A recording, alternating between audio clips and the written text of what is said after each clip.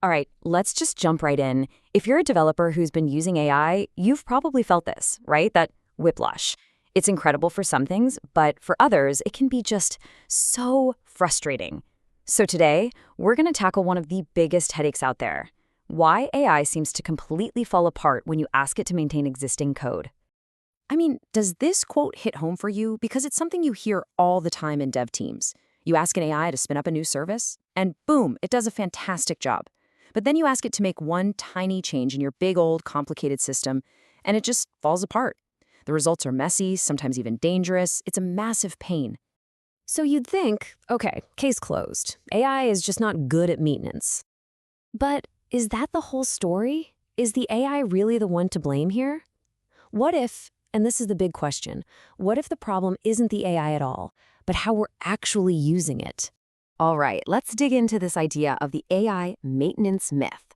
Because it turns out that first reaction we all have, it might be pointing us in completely the wrong direction. So think about it like this. When you're building something from scratch, that's greenfield work, it's kind of like a blank canvas. You're just adding new stuff. But maintenance? Oh, that's a whole different ballgame. You're basically a surgeon entering a living system. There's history, there are all these hidden rules and assumptions, tons of weird edge cases you don't know about. The problem isn't just about writing code, it's about understanding all that context. And that gets to the real heart of the issue. The real issue is that we're giving the AI terrible instructions and then blaming it for the bad results. We're treating it like this magic box that should just know everything, but we're not feeding it any of that crucial context. So when it messes up, it's not really the AI's fault, it's our own process that's broken. This analogy just nails it, doesn't it? Imagine hiring a junior developer, and on their first day, you just give them a one-line instruction like, hey, go fix the scheduler, and then you just walk off. You would never, ever do that. You'd call it terrible management, right? A terrible process. And yet, that is exactly what we're doing with AI. We are absolutely setting it up to fail. Okay, so we've established the what. The problem isn't the tool, it's us. Now let's get into the why. What's the real root cause here? Well, it all boils down to one simple but massive thing: context. So look at this prompt. Please update the scheduler so urgent jobs are handled better. I mean, come on, we've all written a prompt that looks something like this. It seems totally reasonable on the surface. But this is a textbook example of what's called the black box mistake. Because underneath that one simple sentence is just a mountain of missing information. Like, what does urgent even mean in this system? Where is the priority logic right now? What business rules already exist? Is this going to break some dashboard somewhere? Should the AI do a quick patch or a full refactor? What absolutely cannot change?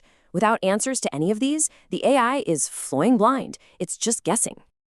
And that's the black box mistake in a nutshell. It's when we act like the AI is a mind reader.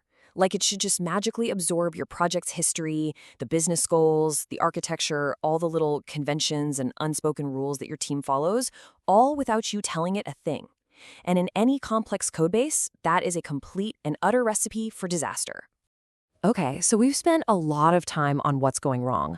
Enough of that. Let's talk about how to get it right. How do we actually fix this? This next part is all about a much better workflow, something you can actually use. This right here is the key. It's a total mental model shift. We have to stop thinking of the AI as this all-knowing senior architect. Instead, think of it as an incredibly fast, and I mean incredibly fast, junior partner. It can implement code faster than anyone on your team, but it needs you to provide the guidance, the structure, the plan. So what does that guidance actually look like? Well, here's a much more mature way to do it. First, you define the why. What's the feature intent? Not just change this line of code. Then you look at the docs, and if they suck or don't exist, you can actually use the AI to help write them. Then, and this is so important, you make it give you a plan first before it writes a single line of code. Then you guide the implementation, step by step. And finally, and you can't skip this, you update all the docs to reflect the changes. It's a real engineering cycle, a discipline. Yeah, I know what you're thinking. But wait, our codebase is a total mess. It's ancient. We don't have time to stop and write documentation for everything. And look, that sounds like a totally fair point. But it's actually missing the best part of this whole thing. Because here's the solution, and it's kind of brilliant. Your codebase has no docs? Great. Use the AI to generate the documentation. The tool that's starving for context is the best tool you have to create that context for you. It's a feedback loop. You're not blocked because you don't have docs. You use the AI to create the docs it needs to succeed. And this just lays it out so clearly. Look at the difference. The weak request, hey, update the filter. That's it. The strong request, it's a whole process. Review the spec, create a change plan, propose the implementation, and then update the docs when you're done. It's the difference between asking for a quick and dirty hack and managing a proper engineering task. So when you put this all together, what are we really talking about? This isn't just about prompt engineering. No, this is much bigger.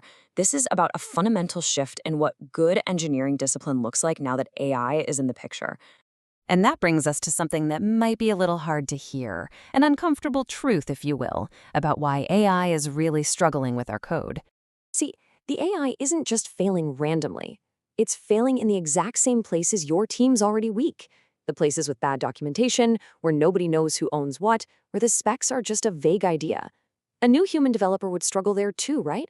But we humans have workarounds. We have tribal knowledge. We grab someone in the hallway. The AI can't do that. So it's not creating new problems. It's acting like a giant magnifying glass on the problems you already have.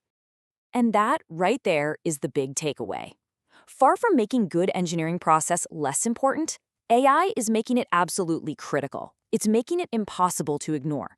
This tool is an unbelievable partner, a massive force multiplier, but only if we do our part. We have to provide the structure and the context. So at the end of the day, the question isn't, is AI good enough for our code? The real question we need to ask ourselves is, are our processes good enough for AI?